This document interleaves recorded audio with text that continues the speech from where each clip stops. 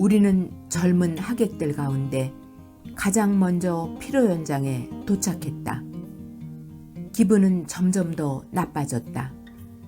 실비오와 마누엘라는 이미 금속 공예품 판매상과 그의 피렌체 출신 부인 스테파노의 어머니와 함께 자리를 잡고 있었다. 릴라의 부모님도 다른 친척들과 내 부모님, 멜리나, 그리고 아다와 함께 긴 테이블에 앉아 있었다. 아다는 잔뜩 뿔이 나서 피로 현장에 들어온 안토니오에게 화난 듯한 몸짓을 했다. 악단 단원이 하나둘씩 자리를 잡았다. 악기를 연주하는 사람들은 음정을 맞추고 가수는 마이크 테스트를 시작했다. 우리는 쑥스러워서 주변을 맴돌았다. 어디에 앉아야 할지 몰랐지만 아무도 감히 종업원에게 물어볼 생각을 하지 못했다. 안토니오는 내 옆에 딱 달라붙어 나를 즐겁게 해주려고 애를 쓰고 있었다. 어머니가 나를 불렀지만 나는 듣지 못한 척했다. 계속 불렀지만 계속 무시했다. 결국 어머니는 일어나서 절뚝거리며 내게 다가왔다. 어머니는 내게 자기 옆에 앉으라고 했다. 싫다고 하자 속삭였다.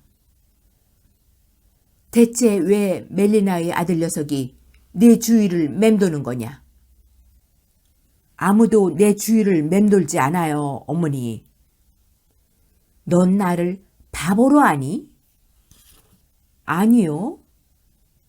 당장 와서 내 옆에 앉지 못해? 싫다니까요. 난 분명히 말했다.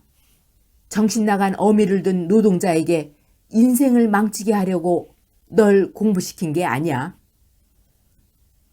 나는 어머니의 말에 복종했다. 어머니는 화가 많이 나 있었다. 다른 하객들도 도착하기 시작했는데 모두 스테파노의 친구들이었다. 이 가운데 질리올라의 모습도 보였다. 그녀는 내게 자신이 있는 쪽으로 오라는 신용을 해보였다. 하지만 이번에도 어머니가 나를 막았다. 파스칼레, 카르멜라, 엔초와 안토니오는 결국 질리올라 일행과 함께 자리했다. 눈치아 아주머니에게 어머니를 떠넘기는 데 성공한 아다가 내게로 와 귀에 대고 속삭였다. 이리로 와. 내가 일어나려 하자 어머니가 화를 내며 내 팔을 잡았다. 아다는 안 됐다는 듯한 표정을 지어 보이면서 오빠 곁에 자리를 잡았다. 안토니오는 이따금 나를 바라보았고 나는 천장을 바라보면서 어머니에게 잡혀있다는 신용을 해보였다. 음악이 시작되었다. 40살 정도 되어 보이는 가수는 머리는 거의 남아있지 않았지만 얼굴선이 고왔다. 그는 연습삼아 몇 소절을 흥얼거렸다. 다른 하객들이 도착하기 시작했고 이내 피로 현장은 사람들로 꽉 찼다. 배고픔을 숨기는 사람은 아무도 없었지만 우선 신혼부부를 기다려야 했다. 나는 다시 한번 자리를 벗어나 보려 했지만 어머니가 또다시 내게 속삭였다. 내 곁에 있어. 내 곁에 있으라니. 어머니의 분노와 강압적인 태도는 너무나 모순적이었다. 물론 자신은 깨닫지 못했겠지만 어머니는 내가 공부를 계속하기를 원치 않았지만 이미 공부를 계속한 마당에 이제 자신의 딸이 나와 함께 자란 다른 아이들보다 더 뛰어나다고 생각했고 그래서 그들이 있는 곳은 내 자리가 아니라고 생각한 것이다. 조금 전 내가 생각했던 것처럼. 어머니는 나를 거친 바다와 소용돌이와 절벽에서 보호하기 위해서 나를 자신 옆에 붙잡아 두고 싶어 했다.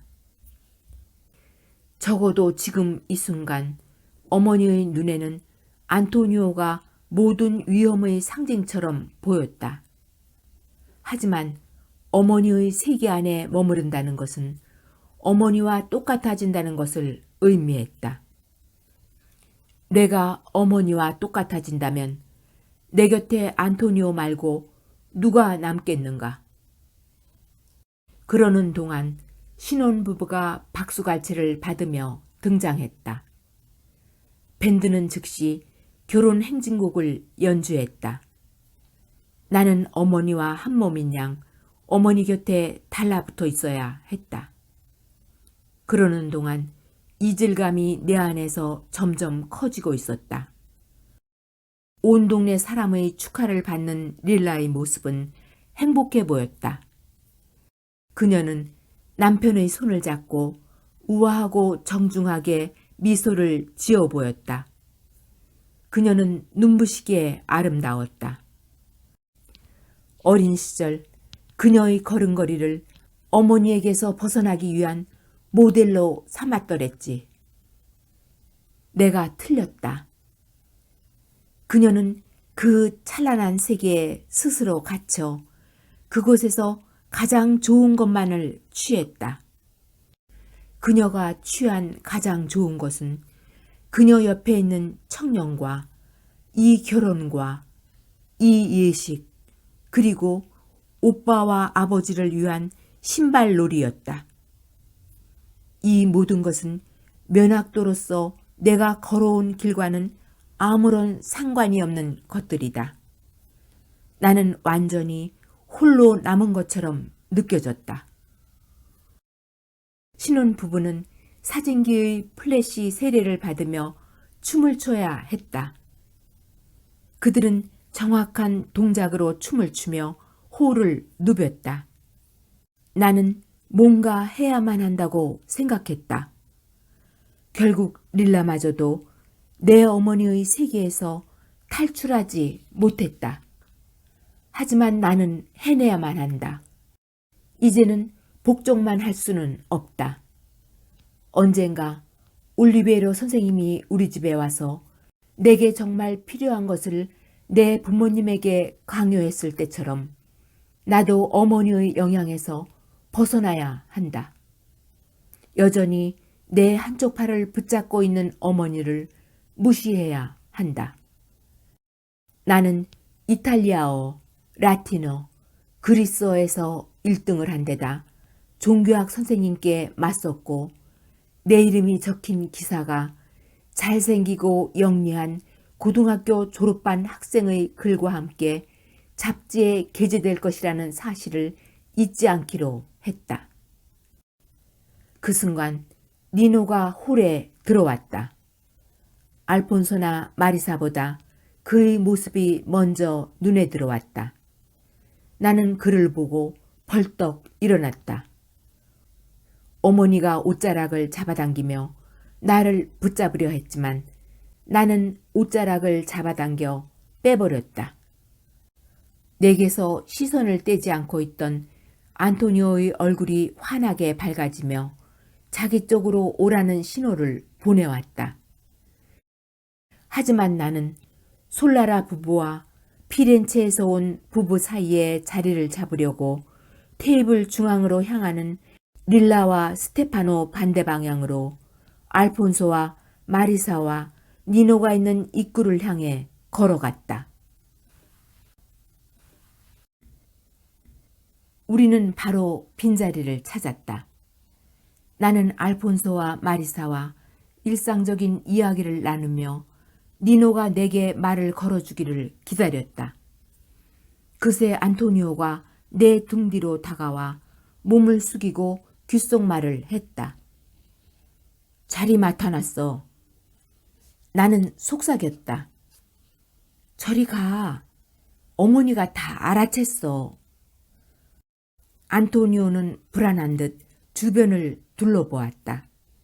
내 말에 겁이 난 것처럼 보였다. 그는 이내 자신의 자리로 돌아갔다. 홀에서는 불만을 드러내는 소리가 웅성웅성 들렸다. 까다로운 하객들은 이미 행사가 제대로 진행되지 않는다는 사실을 눈치챘다. 테이블별로 제공되는 와인이 달랐다. 어떤 테이블에는 아직 전체 요리도 나가지 않았는데 어떤 테이블에서는 이미 파스타를 먹고 있었다.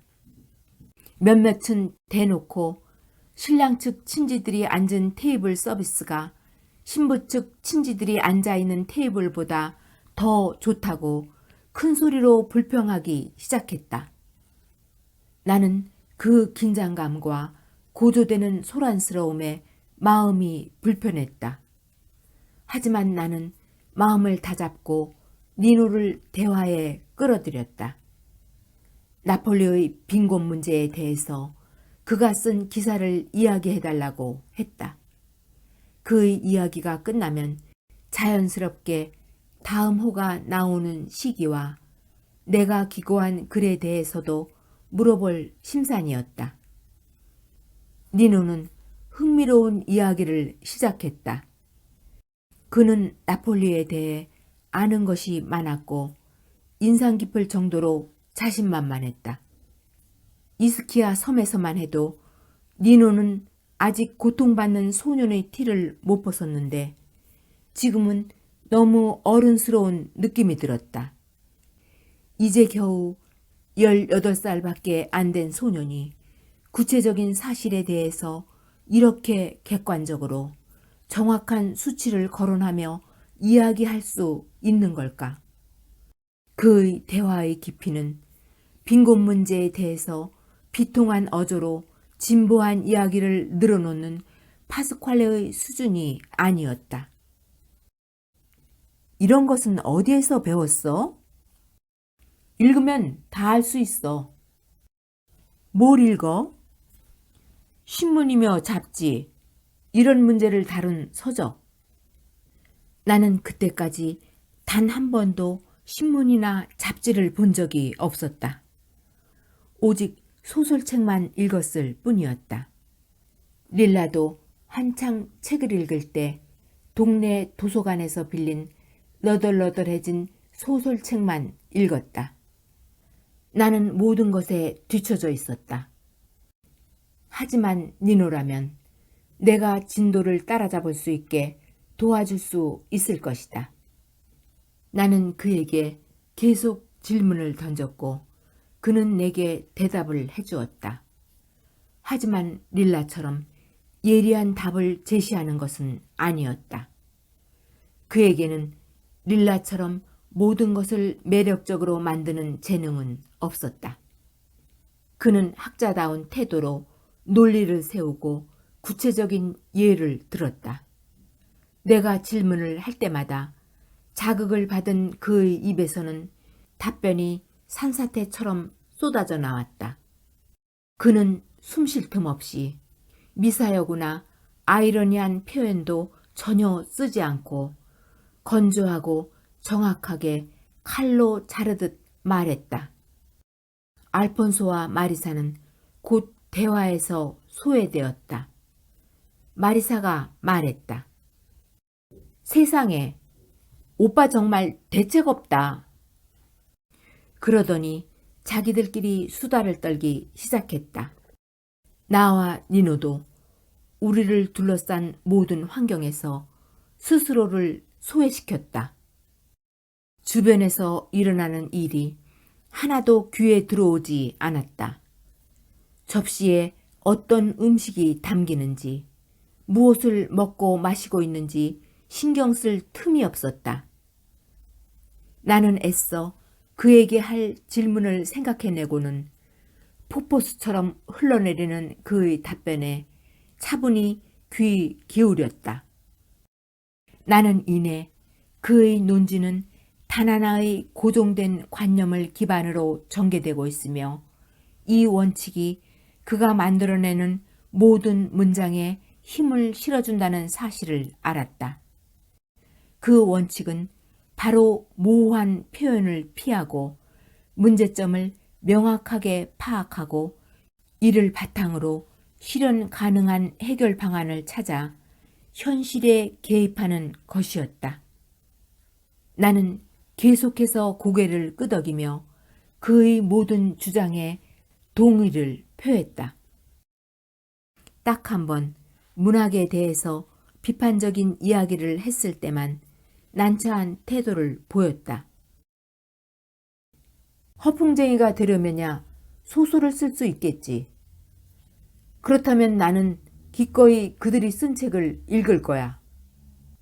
그는 두세 번 정도 그의 그러니까 허풍쟁이들에 대한 적개심을 드러내며 말했다.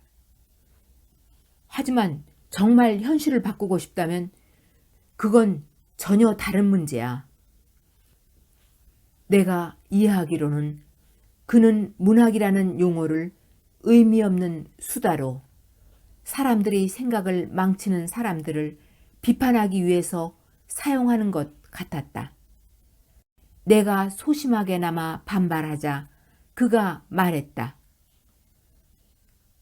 레누, 나쁜 소설이나 기사가 나오는 소설을 너무 많이 읽으면 돈키호테 같은 사람이 나오는 거야. 돈키호테를 무시하는 것은 아니지만 나폴리에서 풍차와 결투를 벌일 필요는 없어. 그런 것은 쓸데없는 용기일 뿐이라고. 우리에게는 풍차를 사용할 수 있는 법을 알고 실제로 그것을 작동시킬 수 있는 사람들이 필요한 거야. 얼마 지나지 않아 매일 이렇게 수준 높은 청년과 대화하고 싶다는 생각이 들었다. 니노를 만난 후 얼마나 많은 잘못된 선택을 했던가. 그를 원했던 것도 사랑했던 것도 영원히 떠나려 했던 것도 모두 바보 같은 일이었다. 다 그의 아버지 때문이었다. 하지만 내 잘못이기도 했다. 나는 니노가 그의 아버지에게서 좋지 않은 영향을 받을 것이라는 생각을 너무 당연시했다. 정작 나 자신은 내 어머니와는 달라야 한다는 집착에 시달렸으면서 말이다. 나는 후회했다. 동시에 내 회한의 감정과 이 소설 같은 상황에 도취되었다. 이야기를 하는데 주변의 소음과 음악 소리 때문에 목소리가 점점 높아져 갔다. 그것은 니노도 마찬가지였다. 이따금 릴라가 앉아있는 테이블 쪽을 바라보았다. 그녀는 웃으며 먹고 마시며 이야기를 나누고 있었다. 내가 어디에 있고 누구와 이야기를 나누고 있는지 모르는 것 같았다. 내게로 오라는 신호로 오해할까봐 안토니오 쪽은 쳐다보지도 않았다. 하지만 나를 바라보는 그의 시선과 그의 불안함이 느껴졌다. 그는 화가 나 있었다. 어쩔 수 없는 일이라고 생각했다. 이미 결정은 내려졌다. 내일 정말 그와 헤어질 것이다. 그와 계속 함께 할 수는 없다. 우리는 너무나 다르지 않은가. 물론 그는 나를 존중하고 내게 너무나 헌신적이다. 하지만 그의 헌신은 강아지가 주인에게 보이는 충성심 같은 것이었다. 나는 니노가 내게 말하는 태도 때문에 속상했다. 그는 내게 잘 보이려는 기색이 전혀 없었다. 그는 자신의 미래와 미래에 대한 계획에 대해서 이야기했다. 그의 이야기를 듣고 있자니 예전에 릴라의 이야기를 들을 때처럼 머릿속이 맑아지는 느낌이었다. 그가 내게 헌신하면 나는 성장할 것이다. 아버지의 영향력에서 벗어나려고 몸부림치는 그라면 나를 어머니에게서 떼어내어 줄 수 있을 것이다. 순간 누군가 내 어깨를 건드렸다. 안토니오가 돌아온 것이다. 그는 우울하게 말했다. 춤추자. 어머니가 원치 않으셔. 내가 속삭였다. 안토니오가 짜증스럽게 말했다. 모두 다 춤추고 있는데 대체 뭐가 문제야?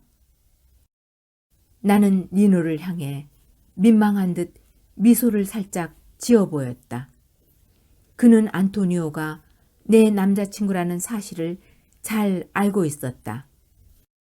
니노는 나를 심각하게 바라보더니 알폰소 쪽으로 고개를 돌렸다. 나는 자리에서 일어났다. 너무 꽉 앉지 마. 알았어. 주변은 소란스러웠고 모두들 술에 취해 들떠 있었다. 남녀노소를 가리지 않고 모두 춤을 추고 있었다. 하지만 나는 이 파티 이면에서 실제로 무슨 일이 일어나고 있는지 느낄 수 있었다. 신부 측 지인들의 못마땅한 얼굴은 당장이라도 싸움을 벌일 듯한 불안감을 드러내고 있었다. 특히 여자들의 분위기가 심각했다. 결혼 선물과 걸치고 있는 옷가지를 사기 위해 주머니를 탈탈 터는 것도 모자라 빚까지 냈는데 거린 취급을 받아야 한단 말인가. 그들에게 제공되는 포도주는 형편없었고 식사가 나오는 속도는 느려 터져서 참을 수 없을 지경이었다. 왜 릴라는 나서지 않는 걸까? 왜 스테파노에게 항의하지 않는 거지? 나는 이 여인들을 잘 알고 있다. 릴라를 아끼는 마음에 지금은 분노를 참고 있지만 피로연이 끝나고 릴라가 여행복으로 갈아입고 돌아와서 하객들에게 기념품을 나눠준 다음 신랑과 우아한 모습으로 떠나가면 그 다음에는 전대미문의 싸움이 일어날 것이다. 이로써 수개월, 수년간 증오가 계속될 것이고 온갖 모욕과 욕설이 오갈 것이다. 그러다 이 다툼에 남편과 아들을 끌어들일 것이고 그러면 이들은 각자의 어머니와 누이와 조모에게 사내로서의 역할을 증명해야 할 것이다. 나는 모든 남자와 모든 여자를 빠짐없이 알고 있었다. 내 눈에는 자신들의 약혼녀에게 엉큼한 눈빛을 보내면서 은근히 유혹하는 듯한 태도를 보이는 악사들과 가수들을 바라보는 남자들의 험악한 시선이 보였다. 엔초와 카르멜라가 함께 춤을 추며 이야기하는 모습과 파스칼레와 아다가 함께 식탁에 앉아있는 모습도 보였다. 피로연이 끝나기 전에 새로운 두 커플이 탄생하고 곧 약혼까지 하게 될 것이 확실해 보였다. 빠르면 1년에서 길면 10년 안에 결혼도 할 것이다. 리노와 피누차의 모습도 보였다. 이들의 경우 진도가 더 빨리 진행될 것 같았다. 체를로 구두 공장이 자리 잡기만 하면 길어봤자 1년 안에 릴라의 결혼식 못지않게 호사스러운 결혼식을 올릴 것이다. 이들은 춤을 추고 서로의 눈을 바라보고 서로를 꼭 껴안았다. 사랑과 이해관계, 식료품점과 구두방, 낡은 건물들과 새로 지은 건물들.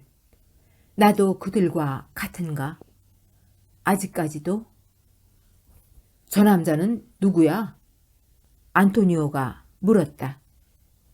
누구긴 몰라보겠어? 몰라. 니노야. 그 위대한 도나토 사라토레시의 아들 말이야. 저 여자애는 마리사야. 기억해? 안토니오는 마리사에게는 전혀 신경 쓰지 않았지만 니노에 대해서는 그렇지 않았다. 그는 날카롭게 말했다.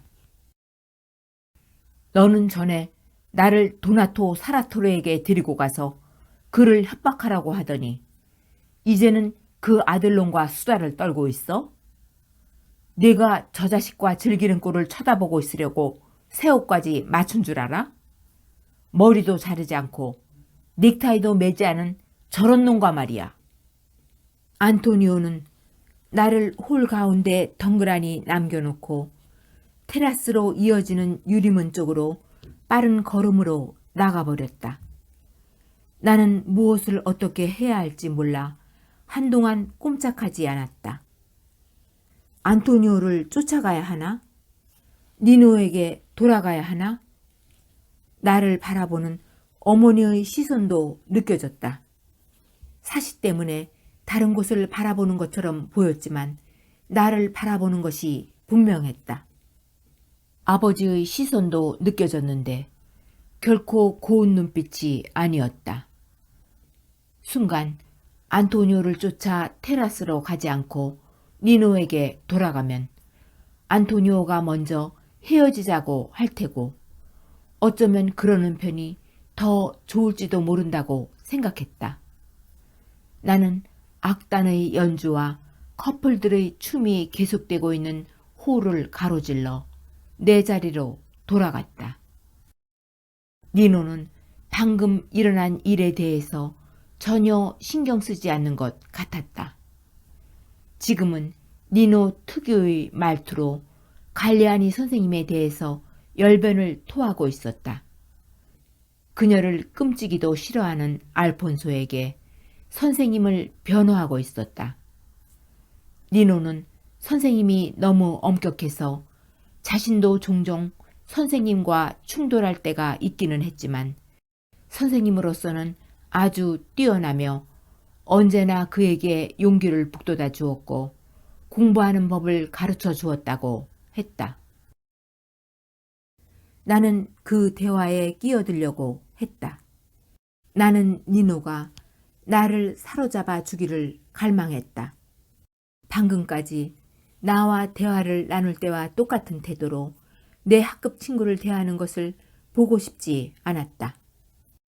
나는 니노가 오직 나에게만 자신의 지식을 나누어 주고 나하고만 자신의 능력을 공유하며 나를 그와 같은 종류의 사람으로 인정해 주기를 바랐다. 안토니오에게 달려가 눈물을 흘리며 그래, 네가 오라. 나도 내가 정말 원하는 게 뭔지 모르겠어. 필요할 때만 너를 찾고 그렇지 않을 땐 너를 버리지만 그건 내 잘못이 아니야. 내 마음은 두 갈래로 나뉘어 있어. 용서해줘. 라고 말하기 전에 말이다. 나는 알폰소와 이야기를 계속하려는 니노의 말을 거의 가로막다시피 하고 선생님이 연초부터 내게 빌려준 책 제목과 선생님이 내게 해준 조언을 열거하기 시작했다. 그는 약간 기분이 상한 듯한 표정을 지으며 고개를 끄덕여 보였다. 내게 빌려준 책 중 한 권을 예전에 자신에게도 빌려준 적이 있다는 것을 기억해내고 그 책에 대한 이야기를 시작했다. 하지만 그 순간 내겐 안토니오에 대한 생각을 완전히 떨쳐버릴 수 있을 정도로 큰 만족감을 줄 만한 자극이 절실했다. 그래서 니노에게 밑도 끝도 없이 물었다. 잡지는 언제 출간돼? 니노는 조금 걱정이 섞인 불안한 눈빛으로 나를 바라보았다. 2주 전에 이미 출간됐어. 나는 기뻐하며 물었다. 어디에서 살 수 있어? 구이다 서점에서 팔아. 하지만 내가 한 부 구해줄 수 있어. 고마워. 그는 잠시 망설이다 말했다. 그런데 내 글이 실리지는 않았어. 지면이 부족하더라고. 알폰소는 안심한 표정으로 미소를 지으며 중얼거렸다. 다행이다. 그때 내 나이가 16이었다. 나는 니노와 알폰소, 마리사 앞에 앉아서 애써 미소를 지어 보이며 괜찮아. 다음에 또 기회가 있겠지. 라고 무심한 척 말했다. 그날 파티의 여왕이자 새 신부인 릴라는 홀 반대편에 앉아 있었다. 스테파노가 그녀의 귀에 뭔가를 속삭이면 그녀는 미소를 지어 보였다. 진이 빠질 정도로 길었던 피로연이 끝나가고 있었다. 악단은 여전히 연주를 하고 가수는 노래를 하고 있었다. 안토니오는 연회장을 등진 채 내가 그의 가슴에 내던진 고통을 억누르며 바다를 바라보고 있었다. 엔초는 카르멜라에게 사랑한다고 속삭이고 있는 것 같았다. 피누차가 리노의 눈을 뚫어지게 바라보고 있는 것을 보니 그가 이미 피누차에게 사랑을 고백했음이 분명해 보였다. 파스칼레는 성공 여부를 점치며 아직은 아다의 주변을 맴돌고 있었지만 그녀는 분명 피로연이 끝나기 전에 자신이 듣고 싶은 말을 그의 입에서 나오게 할 수 있을 것이다. 한동안 야한 건배사가 계속되었다. 피렌체에서 온 상점 주인은 그 분야에서 전문성을 보였다. 바닥은 아이들이 흘린 소스며 스테파노의 할아버지가 흘린 와인으로 더러워져 있었다. 나는 애써 눈물을 삼키면서 생각했다. 다음 호에 내 글을 실어줄지도 몰라. 아니면 니노가 강하게 밀어붙이지 않은 걸까? 내가 직접 나섰어야 했는데. 하지만 나는 아무 말도 하지 않고 계속 미소 지었다. 나중에는 이렇게 말하기까지 했다. 이미 종교학 선생님과 한판 붙었는데 또 싸우는 것은 의미가 없는 것 같아. 맞아. 알폰소가 말했다. 하지만 그 무엇도 내 실망감을 가라앉히지는 못했다. 내 마음을 안개와 같이 감싸고 있는 고통스러운 긴장감을 떨쳐버리려고 안간힘을 썼지만 그럴 수 없었다. 은연중에 몇 줄 안 되는 그 글이 내 이름으로 실리는 것을 내게도 진정 정해진 운명이 있고 힘들게 공부하면 더 높은 곳으로 올라갈 수 있을 것이라는 사실에 대한 상징으로 생각했다는 것을 깨달았다. 올리비에로 선생님이 릴라가 아닌 나를 더 발전과 격려의 대상으로 선택한 것이 올바른 결정이었다는 징표 말이다. 너 천민이 뭔지 아니? 네, 선생님. 천민이 무엇인지 그 순간 깨달았다. 수년 전 선생님이 내게 물었을 때보다 훨씬 더 분명하게. 우리 모두가 천민이었다. 음식과 와인을 둘러싼 다툼, 더 빨리 음식을 제공받고 더 나은 서비스를 해달라고 벌이는 싸움, 웨이터들이 분주히 오가는 더러운 바닥, 시간이 갈수록 수위가 높아지는 저속한 건배사야말로 비천한 것이었다. 포도주에 취해 금속 공예품 상인의 음담패설을 진지하게 듣다가 입을 크게 벌리고 웃는 아버지와 그 어깨에 몸을 기대고 있는 어머니도 천민이었다. 모두들 웃고 있었다. 릴라까지도. 그녀는 맡은 역할을 충실하게 소화하려는 사람처럼 보였다. 주변에서 일어나고 있는 진풍경이 역겨웠는지 니노는 자리에서 일어나 이만 가봐야겠다고 했다.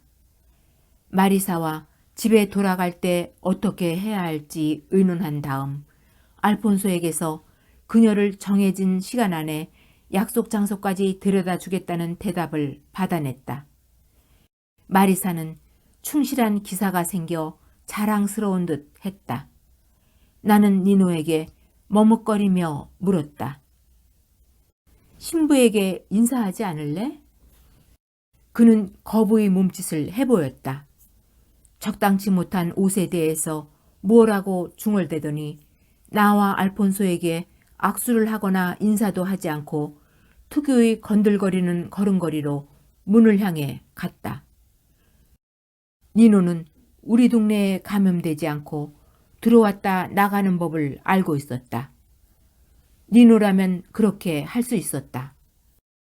먼 옛날 거의 목숨을 잃을 뻔했던 그 격정적인 이사를 경험하며 그렇게 하는 법을 배웠던 것 같다. 하지만 내겐 그럴 자신이 없었다. 공부는 아무런 소용이 없었다. 과제물에서 만점을 받는다 해도 학교에서 일어나는 일일 뿐이었다. 그런데 정작 신문사에서 일하는 사람들은 내 글, 나와 릴라의 글을 훔쳐보기만 하고 출간은 하지 않았다.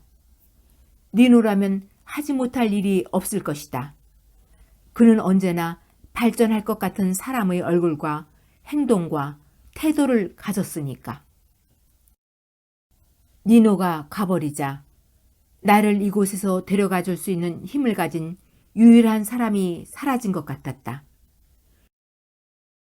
강한 바람에 식당 문이 갑자기 닫힌 것 같은 느낌이 들었다.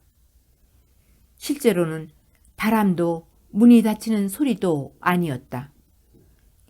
일어날 것이라고 예상했던 일이 일어났을 뿐이었다. 신랑 신부가 결혼 케이크를 자르고 하객들에게 사탕을 나눠주는 시간에 맞춰서 세련되게 옷을 차려입은 잘생긴 마르첼로와 미켈레 형제가 등장한 것이다. 그들은 여러 사람에게 거만한 태도로 인사하며 홀을 돌아다녔다. 질리올라는 미켈레의 목에 팔을 두르고 자기 자리 옆에 끌어앉혔다. 릴라는 눈가와 목이 갑자기 빨개지더니 남편의 팔을 세차게 잡아당기고는 뭔가를 그의 귀에 대고 속삭였다. 실비오는 아들들을 향해 살짝 고개를 끄덕여 보였고 마누엘라는 자랑스러운 눈빛으로 그들을 바라보았다. 그때 가수가 아우렐리오 피에로를 꽤나 자연스럽게 흉내내며 라차렐라를 부르기 시작했다. 니노는 다정한 눈빛으로 마르첼로에게 앉으라고 권했고 그는 자리에 앉아서 넥타이를 느슨하게 풀더니 다리를 꼬았다. 아무도 예상하지 못했던 일이 그제야 드러났다. 나는 릴라의 얼굴에서 핏기가 사라지며 어렸을 때처럼 창백해지는 것을 보았다. 신부복보다 하얗게 얼굴이 질리며 두 눈을 갑자기 가늘게 떴다. 릴라 앞에는 와인병이 놓여 있었는데 눈빛만으로 병을 산산조각 내어 와인을 사방으로 튀게 할 것 같아 겁이 났다. 하지만 릴라는 병을 바라보고 있는 것이 아니었다. 그녀의 시선은 더 먼 곳에 있는 마르첼로의 구두를 향해 있었다. 마르첼로는 체를로 부자가 만든 남성 구두를 신고 있었다. 그것도 진열장에 전시된 금색 버클이 달린 모델이 아니었다. 마르첼로가 신고 있는 구두는 예전에 릴라의 남편 스테파노가 구입한 바로 그 신발이었다. 릴라가 수개월 동안 두 손을 망가뜨려가며 만들었다 분해하고 다시 만들기를 수없이 반복해서 완성시킨 바로 그 신발이었다.